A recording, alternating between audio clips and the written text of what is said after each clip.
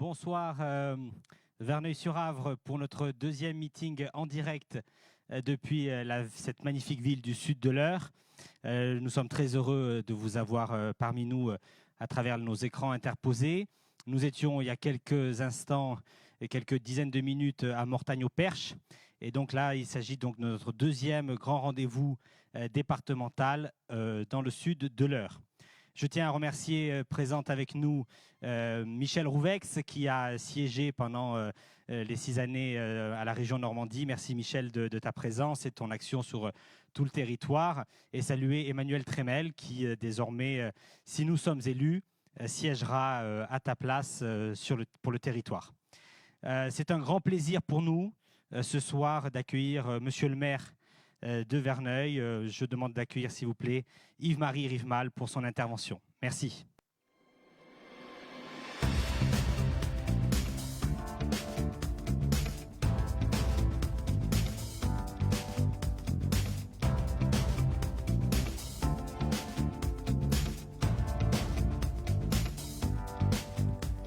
Bonsoir et bienvenue à Verneuil, dans notre MJC. Alors, Monsieur le Président, cher Hervé, tu le sais, c'est toujours un plaisir de t'accueillir à Verneuil. Alors c'est vrai que je pense que plus d'un de mes concitoyens, de nos concitoyens, va être surpris que je sois présent à tes côtés aujourd'hui. Pourquoi ? Parce que c'est clair, nous n'avons pas les mêmes options politiques. Malgré ce qui a pu être dit lors de la dernière campagne électorale, j'ai des convictions de gauche et je reste un homme de gauche. En revanche, j'ai la certitude que pour les élections locales, municipales, départementales et régionales, ce qui compte le plus, c'est pour une collectivité, pour un maire, je pense pour un président d'intercommunalité, c'est la même problématique, d'avoir de bons rapports avec l'État, le département, la région. Et c'est ça le plus important, se rendre compte de ce que peut nous apporter, dans le cas concret aujourd'hui, la région, pour notre territoire et pour notre ville. Alors c'est vrai, quand tu as été élu président de région, je crois que c'est en janvier 2016, j'avais, pour ne rien cacher, 2 inquiétudes. La première, la plus importante, c'était la fusion Haute et Basse Normandie. Bon, les fusions ne se passent pas toujours le mieux possible, et je ne suis pas un fan des fusions. Et là, je me suis dit, oh là là, pour nos dossiers, ça va être vraiment compliqué, parce que 2 régions comme ça déjà importantes, eh ben, je vais être très très clair. Pour nous, tout au moins, la fusion de la région, ça a été complètement transparent. Alors, pour être toute clarté, on a eu un dossier qui a dû se paumer entre Caen et Rouen, mais très vite, ça a été rattrapé. Et effectivement, cette fusion de régions a été excellemment gérée, et c'est vraiment un plus pour notre territoire normand, mais également pour notre territoire, le sud de l'Eure et Verneuil.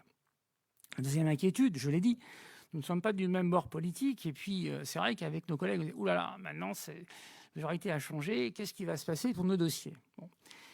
Et là, effectivement, j'ai été très vite rassuré, et je l'ai déjà fait, et je le redis aujourd'hui, vraiment un grand merci, Hervé, à toi et à la région. Vous avez soutenu, sans exception, tous les projets inscrits au contrat de territoire, tous les projets structurants, au maximum des subventions possibles. Voilà. Et ça, je veux le dire parce que pour moi, c'est ça qui est vraiment une importance capitale. Pourquoi je suis là aujourd'hui, c'est essentiellement pour cette raison. Il n'y a pas que celle-là. Vous avez aussi énormément agi pour la ligne Paris-Granville. Bon, on sait très bien que quand il y a des soucis avec l'État, le département et la région, tu ne vas pas me contredire, Guy, c'est le maire qui trinque. Et j'ai eu des usagers, l'association d'usagers que j'ai dû recevoir en début de mon mandat à la mairie. C'était vraiment très compliqué pour les usagers de la ligne Paris-Granville, avec la double inquiétude de la pérennisation de la ligne et de la desserte pour Verneuil. Et là, vous avez énormément agi pour cette ligne. Bon, je pense que tu vas en parler beaucoup mieux que moi. En tous les cas, c'est une très nette amélioration. Et puis, en parlant aussi il n'y a pas que le contrat de territoire, en parlant de la ligne Paris-Granville et de la gare, la région, et ça je l'ai également dit, nous avons complètement restructuré le parking de la gare, et tu l'as subventionné, je ne sais plus, je crois que c'est 75 ou 80%. Jamais la ville de Verneuil, il faut que nos concitoyens le sachent, tout le monde est ravi d'avoir ce parking de la gare de Verneuil, et c'est effectivement grâce à la région. Enfin, un dernier point, qui était également une inquiétude, c'était le lycée. On n'a pas un lycée tout jeune. Vous avez déjà investi pour le numérique, c'est câblé, c'est raccordé à la fibre. Et j'ai appris il n'y a pas très longtemps, on en parlait déjà, qu'un grand chantier a déjà commencé et va donc, dans les années à venir, aboutir à vraiment une solution pour tout ce qui est... ce lycée est au jour d'aujourd'hui très énergivore, et donc une grande amélioration également pour le lycée. Voilà, donc toutes ces raisons expliquent, je ne vais pas être plus long, que malgré nos divergences politiques, c'est vrai qu'on a un point commun, c'est la lutte contre l'extrême droite et le Rassemblement national.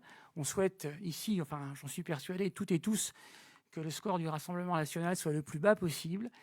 C'est pour toutes ces raisons que, vraiment, sans hésitation, je voterai dès le premier tour pour Hervé Morin, et je souhaite vraiment que tu sois réélu président de région. Merci à vous. Merci, merci Monsieur le maire pour ce témoignage très fort et votre présence à nos côtés, saluer ainsi l'action de la région, c'est vraiment très très fort pour nous, donc un très grand merci. Ils sont coéquipiers sur le département de l'Eure. Guy Lefranc a porté toute la politique avec les territoires de contractualisation. Maire d'Évreux, je vous demande d'accueillir Guy Lefranc ce soir à Évreux. Merci Guy.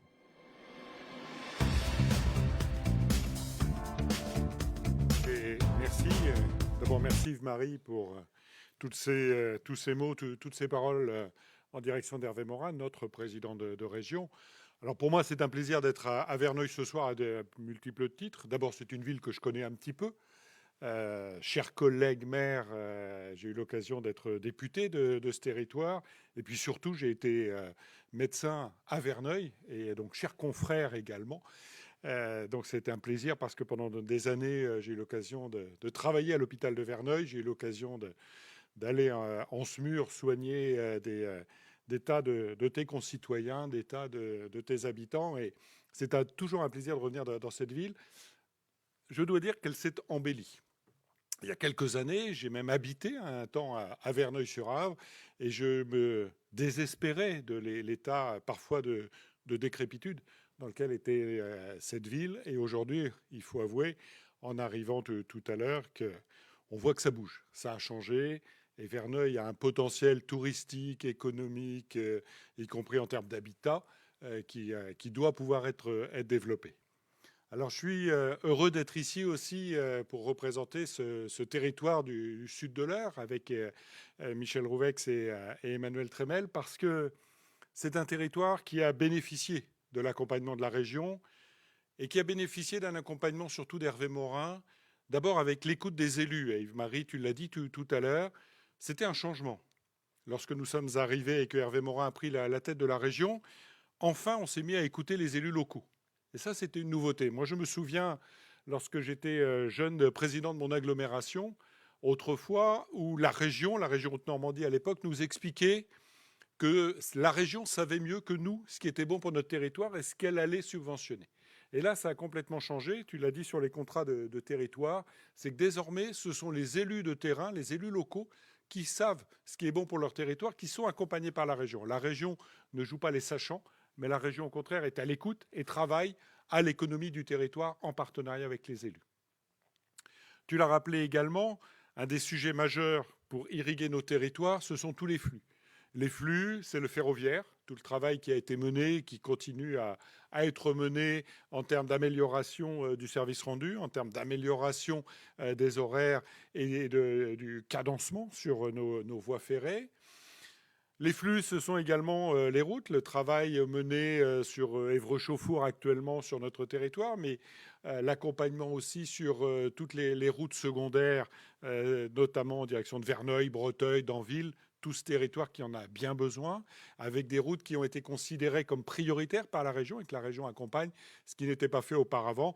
Au contraire même d'ailleurs de certains candidats qui estiment qu'il faut supprimer les routes et les voitures. On voit bien aujourd'hui, lorsque l'on vient ici sur ce territoire, que non, on n'a pas de métro, on n'a pas de tram et que donc on a besoin d'avoir des routes en bon état pour pouvoir venir en toute sécurité sur l'ensemble du territoire. Le troisième flux, c'est le numérique. Et là aussi, il y a quelques années, évidemment, on n'imaginait pas à quel point la fibre pourrait s'implanter rapidement sur ces territoires.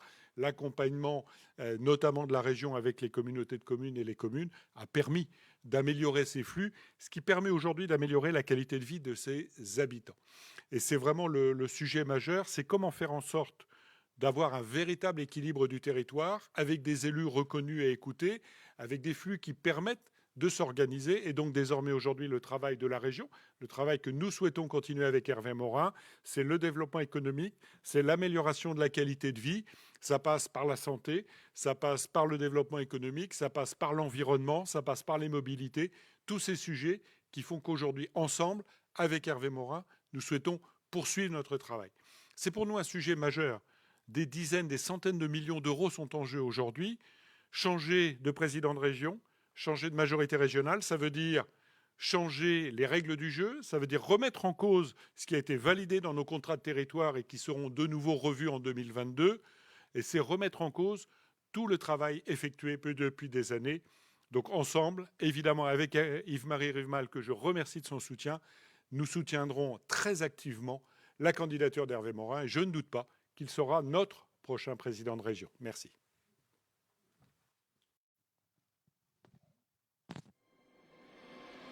Merci Guy. Donc Hervé Morin, notre président de région, candidat à sa réélection, va s'adresser à vous en direct depuis Verneuil. Vous pouvez poser vos questions par SMS au 07 67 67 29 56. Nous y répondrons. Merci Hervé. Mesdames et messieurs, bonjour. Bonsoir plutôt. Je salue Yves-Marie Rivemal qui était là. Le remercie vraiment pour ces mots qui me sont allés droit au cœur. Je peux même dire que nous en avions parlé il y a quelques mois et Yves-Marie m'avait dit, je le dis, voilà, moi je pense que vous avez fait du bon boulot et je trouve que pour une collectivité c'est ça qui compte. Merci pour ta présence. Avec Guy Lefranc, avec Emmanuel, avec Michel qui nous a accompagnés pendant 6 ans, nous sommes dans cette salle pour ces réunions très singulières, hein, reconnaissons-le, parce que la politique c'est fait aussi de chair, c'est fait aussi de contact humain et qu'on espère les retrouver assez rapidement désormais. La première chose que je voudrais vous dire, c'est tout d'abord cette question de la réunification que Yves-Marie Rivemal a évoqué. Certains la disaient impossible. D'autres la considéraient comme très compliquée à mener, avec une grande période de friction, de fragmentation. Cette réunification, nous l'avons menée à bien. Nous l'avons menée à bien dans un délai très court. Les administrations ont été réorganisés en l'espace de 6 mois. 900 fonctionnaires de la région ont changé de métier. On a spécialisé les 2 sites, maintenu 600 fonctionnaires à Caen, 600 fonctionnaires à Rouen. Parce que pour nous, la dynamique de la réunification, qui est une chance absolument extraordinaire, la réunification, c'est une chance extraordinaire, d'une part parce que ça donne une collectivité qui est de loin le premier investisseur dans la région. J'en profite pour dire, c'est en moyenne 600 millions d'euros d'investissement par an, contre 376 millions d'euros quand c'était la Haute et la Basse Normandie. Nous avons tout mis, nous avons mis le paquet sur l'investissement parce qu'il y avait de grands retards, notamment en matière de mobilité, en matière de formation, bref, sur toute une série de sujets que j'aurai l'occasion de décliner. Nous l'avons fait dans une région qui reste la région et de loin la moins endettée de France et qui a su contrôler ses dépenses de fonctionnement. J'en profite pour le dire parce que la formation politique la plus à droite de celle-là indique que nous avons explosé les dépenses de fonctionnement. Non, on a au contraire jugulé les dépenses de fonctionnement. On a réalisé plus de 25 millions d'euros d'économies de fonctionnement. on a repassé la totalité de nos collaborateurs aux 35 heures. Certains travaillaient d'ailleurs beaucoup plus que tout cela, mais on a procédé à un certain nombre d'économies.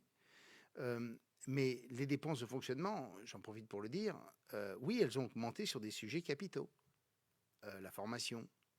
On est passé de 20 000 demandeurs d'emploi formés par an à 25 000. Oui, on a fait des efforts considérables pour le soutien à l'économie. C'est aussi ce qu'on appelle en droit des dépenses de fonctionnement. Nous avons renforcé notre soutien au réseau et au système éducatif. Ce sont des dépenses de fonctionnement. Nous avons décidé de créer un système de bourse à la mobilité internationale des étudiants. Ça n'existait pas ni en Haute ni en Basse-Normandie. C'est 12 000 étudiants qui ont été aidés pour leur stage à l'étranger.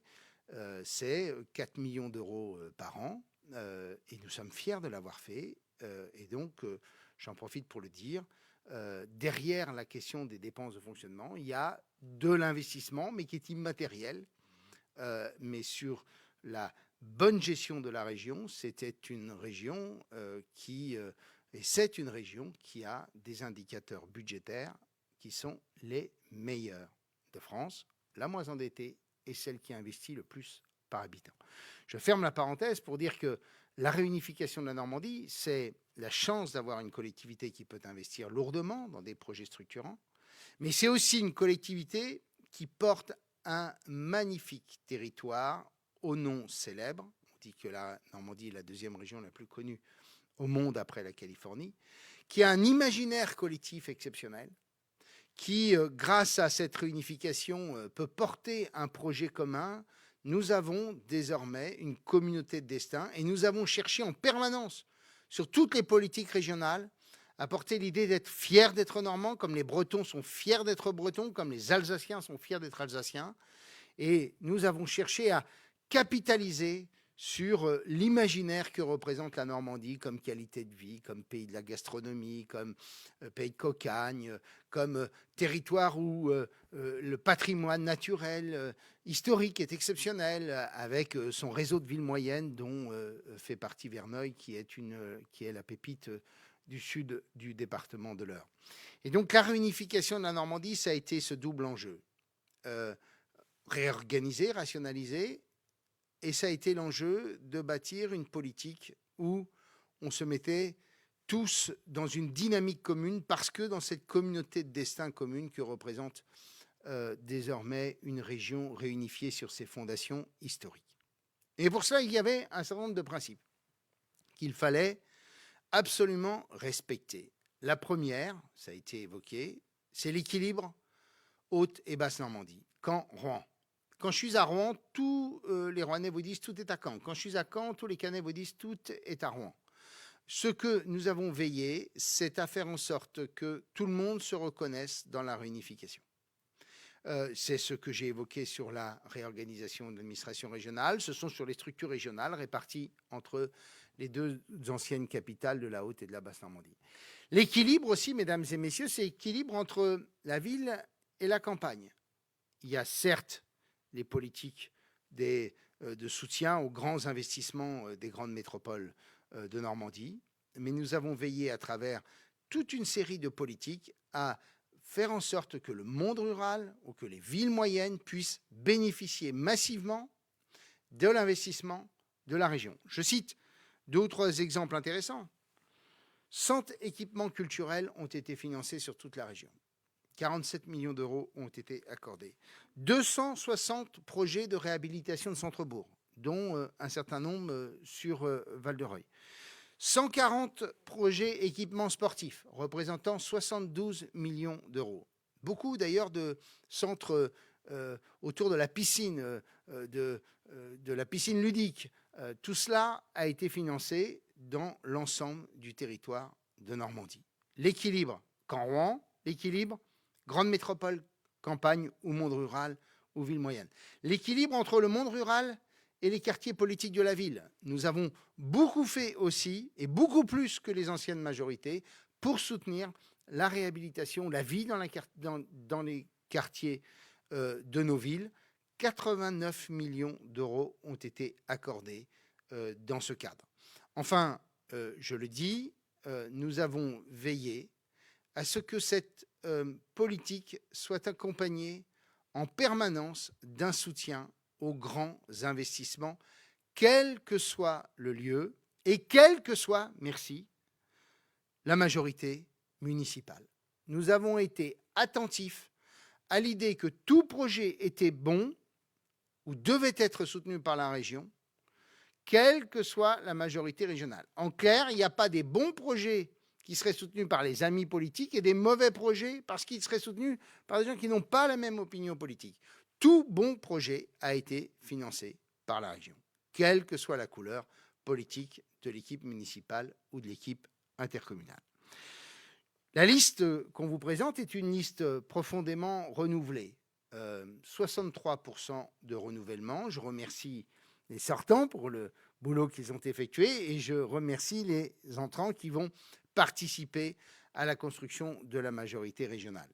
Équilibrée sur tout le territoire, avec des sensibilités politiques différentes, des personnes qui sont bien entendu issues des formations politiques de droite ou du centre droit, mais aussi des hommes et des femmes qui ont des parcours politiques qui les ont amenés à nous rejoindre parce qu'ils estimaient que nous portions le projet pour la majorité, portions le projet pour la Normandie qui était le plus pertinent et le plus efficace. Cette majorité régionale, nous voulons la fonder sur une représentation de tous les territoires. Vous retrouverez dans le département de l'Eure à chaque fois un conseiller régional par bassin de vie, bassin d'emploi qui pourra être votre interlocuteur pour les 6 prochaines années.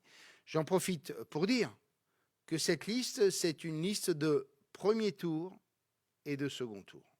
Cette liste-là, nous l'avons bâtie pour qu'elle reste la même, qu'elle ne rentre pas dans des négociations d'appareil politique. Nous l'avons bâtie avec une idée simple, des élus issus du territoire, des élus engagés dans leur commune ou dans leur intercommunalité, des élus engagés ou des candidats engagés dans des organisations professionnelles, des associations, impliqués dans leur territoire, capables de porter la politique régionale dans les 6 prochaines années ou capables d'inspirer les politiques régionales de demain. Et donc cette liste-là, elle ne sera pas soumise à des négociations, des tripatouillages politiques entre les 2 tours. Nous présentons une liste unie, rassemblée, cohérente sur un projet régional. Et c'est cette liste-là que vous verrez, je l'espère, jusqu'au soir du second tour, avec la capacité de porter ce projet pour les 6 prochaines années. Le projet, je le résume en 4 idées simples ou 4 propositions simples. La première, c'est de dire, dans le cadre de ce projet Vivre la Normandie, une Normandie à vivre, c'est une Normandie dans laquelle on trouve du boulot, dans laquelle on peut créer son entreprise, engager une formation pour trouver un nouveau travail, pour changer d'orientation professionnelle. Ça a été notre obsession pendant 6 ans, bâtir un écosystème régional extrêmement positif. Il est aujourd'hui, je crois, reconnu. Nous sommes d'ailleurs, chiffre de l'État sorti dernièrement, la région ayant été la plus résiliente durant la crise. La région qui a souffert, mais moins souffert que les autres de la crise du Covid qui, je l'espère, se termine. Ça veut dire quoi, une économie, un système ou un écosystème économique favorable? C'est faire en sorte qu'on soit sur toute la chaîne de la création de valeur et la chaîne du développement d'une entreprise. Vous êtes étudiant, nous avons mis en place un système avec Normandie Université qui s'appelle Pépite et qui permet d'accompagner un étudiant qui veut aller vers la création d'entreprise. Vous êtes chercheur, on a créé une SAT, une société de transfert de technologie, Normandie Valorisation, qui vous permet de passer de l'université à l'entreprise. Vous êtes créateur d'entreprise, nous avons bâti Normandie Incubation qui permet d'accompagner le début de la création d'entreprise. Vous avez une start-up, eh bien, nous avons créé toute une série d'outils financiers pour développer votre entreprise et notamment en rentrant dans le capital. Nous sommes la première région française à avoir créé un fonds souverain permettant de rentrer dans le capital des entreprises et de favoriser leur développement. Vous voulez aller à l'export? Nous avons été la première région française à créer des dispositifs à travers ce qu'on a appelé Team France Export, un guichet unique, comme nous avons un guichet unique pour la totalité des projets qui sont portés par les chefs d'entreprise. Ça s'appelle l'agence de développement. Ça a été 320 millions d'euros durant la crise du Covid qui ont été accordés à 6 000 entreprises. C'est en permanence des milliers de projets qui sont soutenus par les entreprises, par la région, au profit des entreprises normandes, qu'elles soient petites, moyennes ou de plus grande taille, allant jusqu'aux entreprises de taille intermédiaire qui maillent le territoire de la Normandie. Bref, nous avons créé un écosystème régional qui nous amène sur la plupart des indicateurs à être la région la plus performante ou au moins d'être sur le podium. Je termine par le dernier dispositif qui s'appelle ARM, qui vient au secours d'entreprises fondamentalement saines qui étaient en difficulté. Nous ne sommes pas loin d'Évreux. J'ai cette entreprise en tête parce que c'est une pépite régionale. Solsera a été une entreprise qui a été quasiment au bord du dépôt de bilan, en très grande difficulté, soutenue par la région, comme nous sommes en train de chercher une solution pour Manoir Industrie, dont vous connaissez les difficultés, comme nous avons su consacrer suffisamment de crédits pour favoriser la remise sur les rails d'une entreprise comme Frial à Bayeux. 500 entreprises ont été sauvées, représentant 15 000 emplois, à travers un dispositif dont tout le monde s'accorde à reconnaître qu'il est réactif et en capacité de trouver des solutions à chaque fois que cela est possible. La formation, vous savez que c'est un vrai sujet, trouver des compétences, des qualifications. On formait moins de 20 000 demandeurs d'emploi par an en Normandie. On en forme plus de 25 000 par an en ayant très largement amélioré le régime pour les demandeurs d'emploi rentrant en stage. On a augmenté l'indemnité du stagiaire, on a créé des mécanismes financiers supplémentaires, notamment pour les parents isolés, pour qui partir en formation est plus compliqué parce qu'il faut s'occuper des enfants, que ça a des coûts complémentaires. Et donc, nous avons su à chaque fois trouver des solutions. Nous proposons pour l'avenir, si cela vous intéresse, j'y reviendrai dans le cadre des questions, nous avons là aussi toute une série de pistes pour l'avenir. Donc, une Normandie à vivre, c'est d'abord une Normandie capable d'avoir un boulot, une Normandie dans laquelle on est capable de pouvoir se former, une Normandie dans laquelle on est en capacité de pouvoir développer son entreprise. Une Normandie à vivre, c'est une Normandie qui s'adresse à la jeunesse. Et là aussi, nous avons fait des efforts considérables, j'en cite quelques-uns, un effort considérable dans nos lycées, c'est une de nos compétences. 620 millions d'euros, Yves-Marie l'évoquait, ont été consacrés au lycée, c'est 20% de plus que ce que faisaient les deux régions Haute et Basse Normandie. Nous avons fibré tous ces lycées, ils ne l'étaient pas. Nous avons développé de la sécurité autour de ces lycées avec de la vidéoprotection. Et nous avons développé toute une série de programmes autour de l'environnement pédagogique. C'est ce qu'on appelle lycée du futur, lycée développement durable. Normandie Langue, qui permet à 1000 jeunes d'être en immersion pendant la fin de leur scolarité pour mieux apprendre l'anglais. C'est aussi l'apprentissage. Nous avons fait un Grenelle de l'apprentissage en 2016. On a mis toute la région en tension pour améliorer les chiffres de l'apprentissage. Il baissait chaque année depuis 10 ans. Le nombre d'apprentis jusqu'en 2019 a augmenté de 20%. Je dis jusqu'en 2019 puisque cette compétence nous a été enlevée par la loi. Sauf que nous continuons à investir dans les structures et nous créons, par exemple, 2 campus supplémentaires, l'un au Havre, l'autre à Alençon. Et par ailleurs, je le dis au maire de Verneuil, ce que nous souhaitons, c'est développer l'apprentissage dans les lycées, puisque ça reste de notre compétence. Nous avons par ailleurs, dans les lycées professionnels, ouvert 86 formations supplémentaires en fonction des besoins des bassins d'emploi. C'est un endroit, une formation de pilote de ligne, c'est un autre endroit, par exemple, une formation dans la maintenance industrielle. Sur les jeunes, j'ai cité la bourse pour la mobilité internationale. Je pourrais citer ce que nous faisons à travers le dispositif Atout Normandie, où nous consacrons 15 millions d'euros par an pour aider les jeunes à sortir, à acheter des livres, à pouvoir aller dans une discipline sportive à travers une participation à l'adhésion à une fédération ou à un club. C'est ce que nous faisons à travers le soutien aux jeunes qui partent dans des formations dans lesquelles il y a un besoin de mobilité, où nous prenons en charge désormais dans des formations où c'est indispensable une partie du coût du permis de conduire.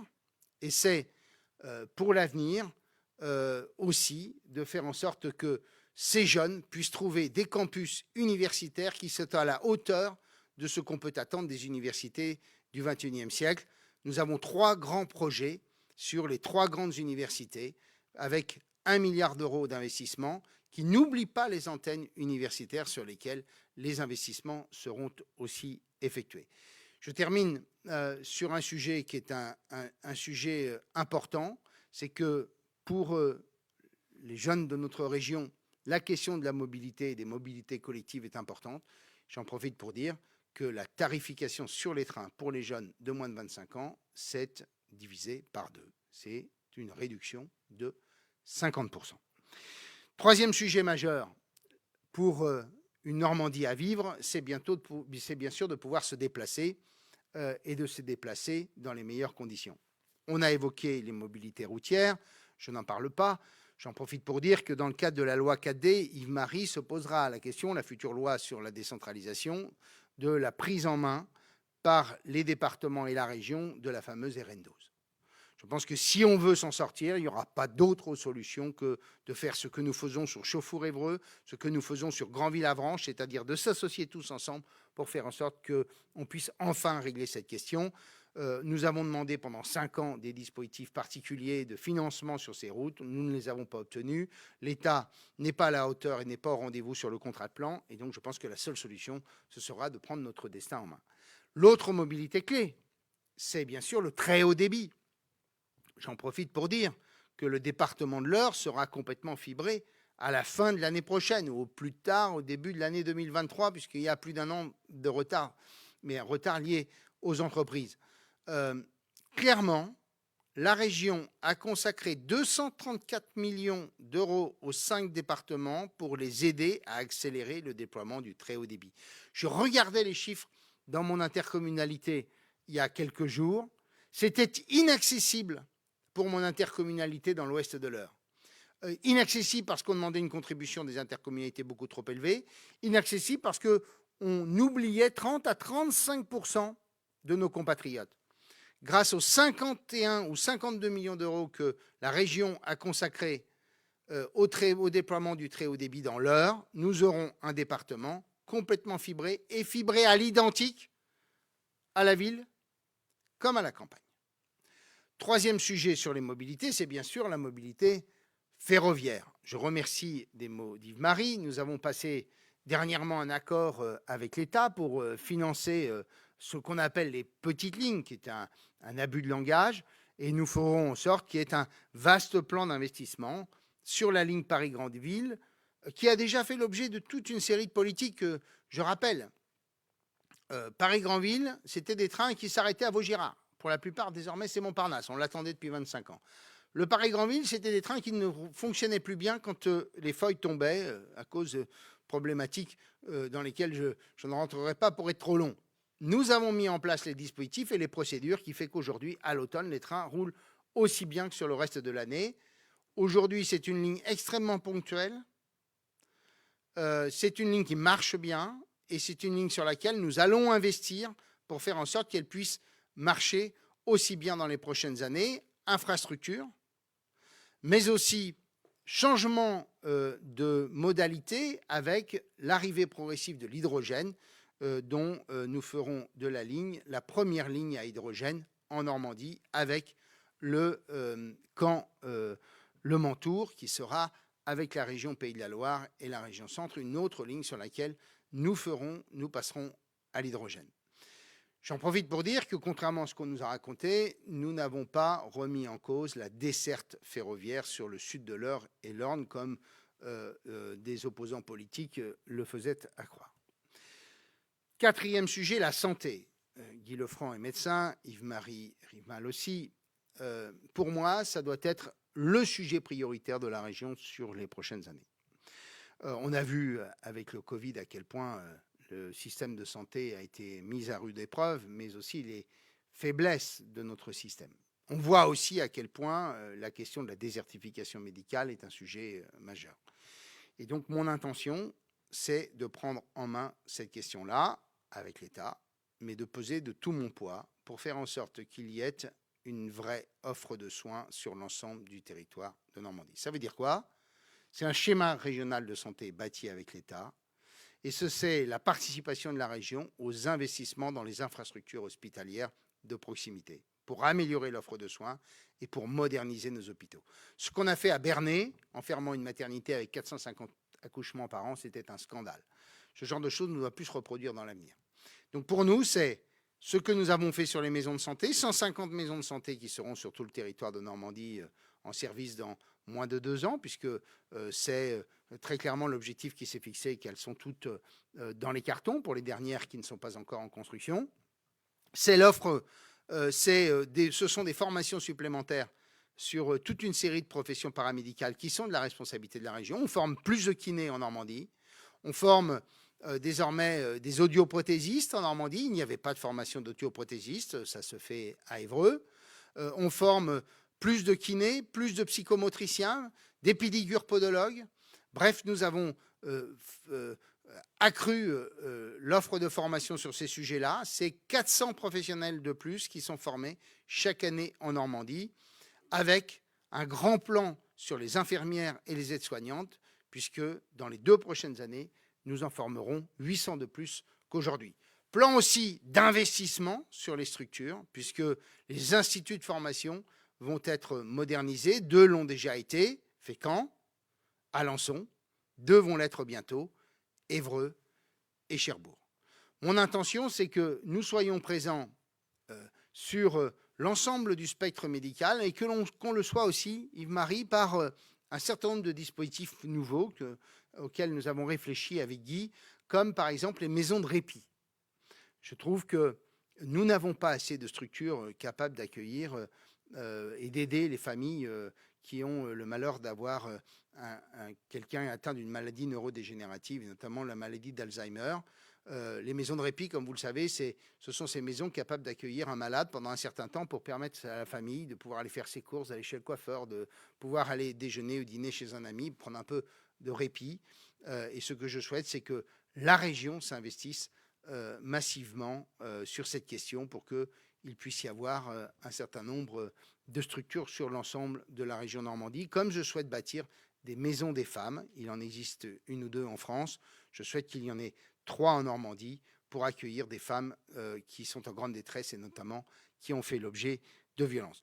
Une maison à vivre, et je termine par là, c'est une région qui, bien entendu, se préoccupe de son patrimoine et notamment de son patrimoine naturel.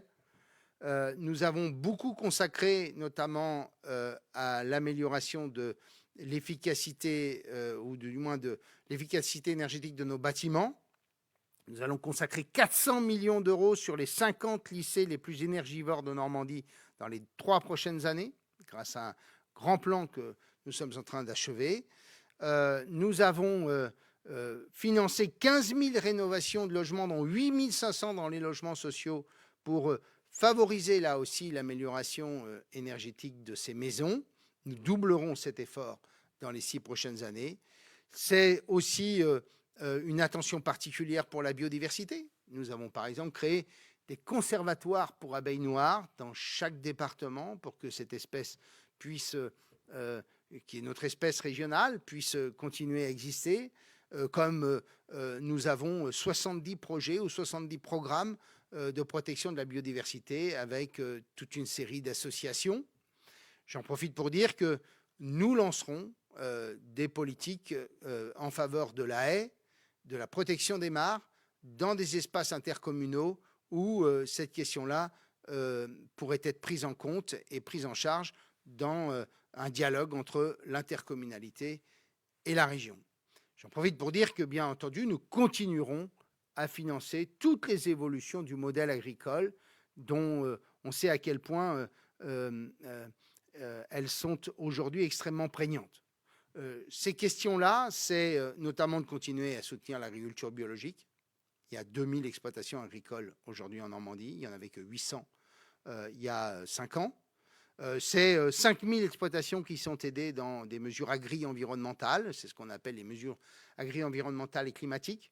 Il y a 5000 exploitations en Normandie qui ont décidé de se lancer dans les filières courtes, dans la production du terroir, pour garder la valeur ajoutée, pour proposer un autre produit. Nous continuerons à faire cet effort. 16 000 exploitations agricoles ont été aidées en Normandie, notamment avec des innovations sur toute une série de sujets, et notamment sur les filières de la protéine végétale.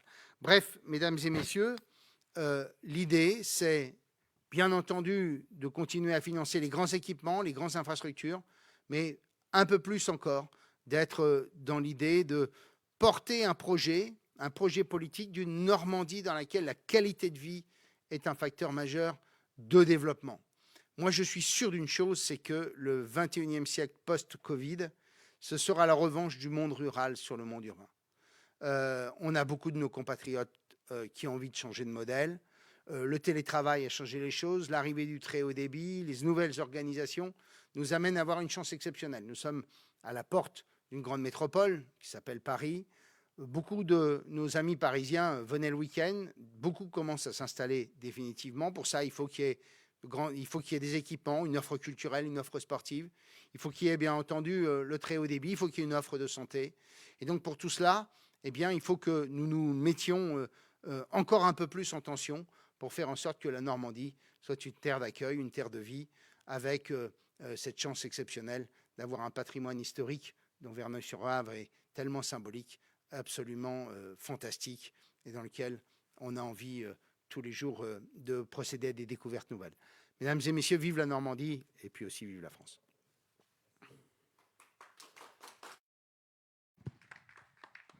Quelques questions qui... Les questions arrivent quoi, sur la télé. D'accord. Comment comptez-vous soutenir les agriculteurs? Au cours des prochaines années, nous avons besoin d'aide. Alors, je ne sais pas si c'est un monsieur ou une... Ah, Marie, donc c'est une dame. Écoutez, madame, quand nous sommes arrivés à la tête de région, on a dit on va beaucoup plus soutenir l'autonomie des exploitations, l'innovation agricole, l'investissement dans les exploitations, la transformation du modèle, pour ceux qui le souhaitent. Nous avons renégocié avec la Commission européenne ce qu'on appelle le PDR, le plan de développement rural. On a mis 9 mois, on m'avait dit que ce serait impossible. La Commission européenne a bien voulu le revoir, puisque tout ça avait été signé avant. Mais j'ai considéré qu'avec la réunification, il fallait le faire, que c'était un atout considérable. Eh bien, madame, sur 31 000 exploitations agricoles, nous en avons soutenu 16 000. Une exploitation agricole sur 2 en Normandie a bénéficié du soutien de la région. Et dans le cadre du plan de relance européen, nous avons obtenu 200 millions d'euros sur 2 ans pour soutenir les agriculteurs et les exploitations agricoles dans leur investissement, dans l'amélioration de leurs conditions de production, dans leurs adaptations diverses et variées, dans ce qu'ils portent comme projet d'investissement. Nous avons donc un budget européen pour cela qui s'accroît sur les 2 prochaines années d'environ 30%. En tout, madame, nous aurons consacré aux exploitations agricoles 320 millions d'euros en 5 ans. On a fait un effort énorme et on favorise toutes les innovations, toutes les évolutions et les investissements dont nos agriculteurs ont besoin pour être encore un peu plus dans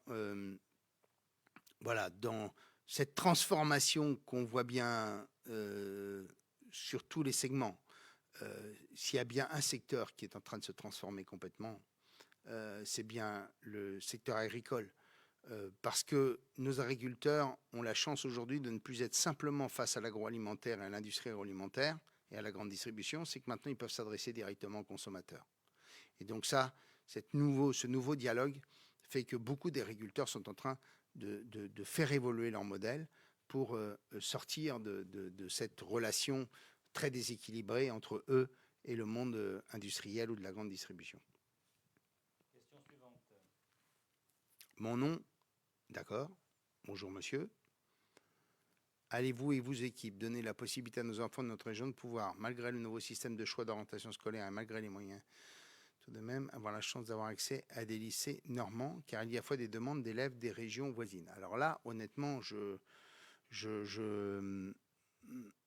écoutez, nous, on a ouvert, je vous le disais, 85 formations. Je n'ai pas évoqué le fait que nous allions mener un grand plan sur l'internat. Je ne sais pas pourquoi des jeunes n'auraient pas accès à des lycées en Normandie. Ça mériterait, monsieur, que vous puissiez m'envoyer un mail, hervé.morin@normandie.fr. Mais ce qu'on a en tête, j'en profite pour le dire parce que ça fait partie des projets régionaux que malheureusement avec ce système de vidéo, c'est un peu compliqué, de visio. L'idée, c'est que chacun de nos lycées puisse avoir une formation de référence. Pourquoi je vous dis ça? Parce que ce que nous voulons, c'est faire en sorte que, certes, le lycée puisse proposer une offre globale, mais qu'il puisse avoir une formation référente qui soit au moins référente à l'échelle régionale pour permettre à des jeunes, avec un internat dans le lycée, de pouvoir faire le choix d'aller à un autre endroit de la région pour bénéficier d'une formation d'excellence reconnue comme telle dans tel ou tel secteur. De faire en sorte aussi qu'on puisse compenser, alors on a moins ce problème-là dans l'Eure, mais compenser les problèmes démographiques, puisque très clairement, il y a des zones dans lesquelles la démographie est en forte baisse et avec des perspectives de la sorte pour les prochaines années. Mais très franchement, on a fait beaucoup sur les lycées. La preuve, on fait même un lycée tout neuf dans le Roumois. Ça fait 25 ans qu'on attendait un lycée dans le Roumois. On a décidé de construire un lycée. Nouvelle question SMS. Le projet de la SNCF de supprimer la gare de Verneuil est-il définitivement abandonné? Alors, monsieur Jean-Claude Ménager, je vous l'assure, ce sont des conneries. Voilà, on ne peut pas vous dire mieux que ça. Il n'en est absolument pas question. Je crois qu'il y a 8 allers-retours par jour, Verneuil-Paris. On nous a expliqué qu'il y en aurait moins, il n'y en a pas moins. De toute façon, maintenant, c'est la région qui décide et que la région n'a aucun intérêt. Donc, une sorte de fermer une gare dans laquelle il y a combien de passagers par jour? Des centaines. Voilà, notre idée, c'est de moderniser la ligne. On a un grand plan d'investissement de plusieurs centaines de millions d'euros sur la ligne dans les prochaines années. C'est le passage à l'hydrogène. C'est de faire en sorte que les 2 trains qui encore sont à Vaugirard finissent par arriver à Montparnasse. Voilà, et puis même pour tout vous dire, dans un certain nombre d'endroits en Normandie, on va rouvrir des lignes, notamment des petites lignes. J'en prends une dont on me parlait quand j'étais enfant, que j'ai vu disparaître, et qu'on va rouvrir, c'est Glo-Honfleur, comme on va ouvrir Rouen-Louviers, puisque ça fait partie des projets que nous avons, de faire en sorte qu'on puisse améliorer le réseau ferroviaire en Normandie. Et j'en profite pour dire que dans les gares, ce qu'on veut, c'est en faire des lieux de vie. Je le dis au maire. Ce qu'on voudrait, c'est qu'il y ait des services associés. Je prends un exemple simple, ce sont des mamans élevant seules leurs enfants qui me le faisaient observer, en me disant, mais pourquoi vous nous faites toujours courir d'un endroit à l'autre, alors que déjà c'est si compliqué d'élever des enfants seuls? Pourquoi vous ne mettez pas les crèches, les haltes garderies à côté des gares où après on prend le train pour aller prendre le boulot? Je trouvais que c'était une remarque de bon sens. Et donc on incitera les collectivités à porter des projets de ce genre et on incitera à faire en sorte que les gares deviennent des lieux de vie dans lesquels il puisse y avoir toute une offre de services ou de commerce. Voilà, si vous nous envoyez toutes vos questions, vous voyez qu'on y répond à chacune. 07 67 67 29 56. Une nouvelle question pour Hervé Morin. Comment rendre la région plus proche de nos communes rurales, frontalières, très éloignées? Oui, je sais, on se sent toujours... moi qui suis à l'autre bout du département de l'Eure, je n'en prendrai pas une formule qui m'a valu bien des malheurs, mais j'ai souvent entendu les élus de l'ouest de l'Eure employaient des mots pour évoquer leur relation avec Évreux.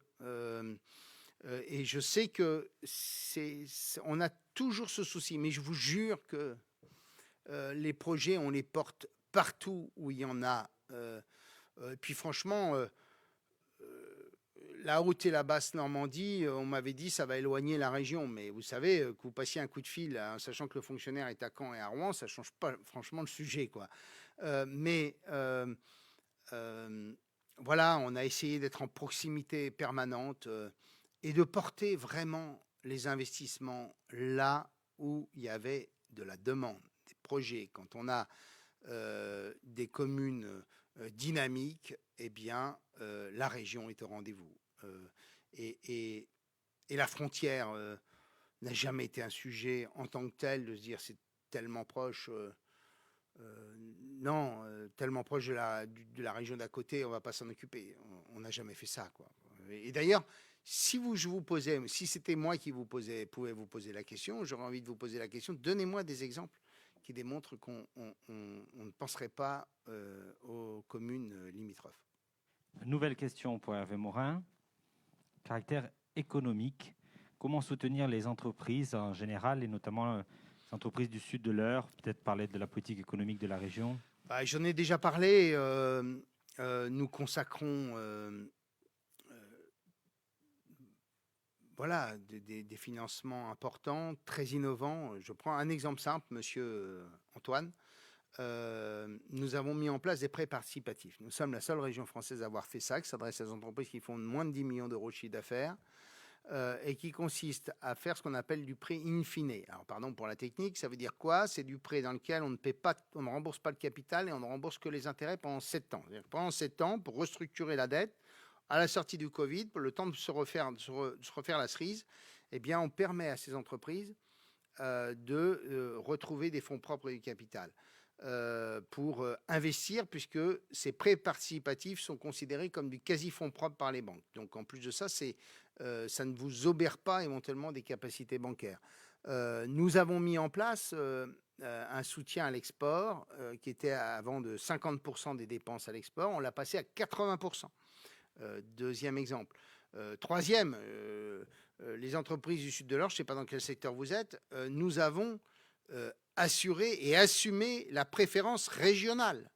98% des marchés que la région effectue sont accordés à des entreprises de la région.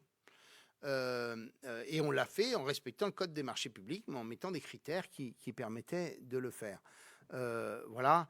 Mais si c'est un cas particulier, n'hésitez pas à m'envoyer un mail. Merci Hervé Morin pour cette séance de questions-réponses. Merci aux élus qui étaient avec nous. Merci mille fois. Ce soir. C'est donc fini pour aujourd'hui. On se retrouve demain à 19h à Riou-Glace, là où vous avez annoncé votre candidature en 2015, 6 ans quasiment jour pour rendre compte de notre action. Donc demain, tous rendez-vous à 19h pour le bilan mi-mandat dans une entreprise Riou-Glace. Merci à tous pour cette première journée de débat et de questions-réponses avec le candidat. Très belle soirée à vous et vive la Normandie, vive la France.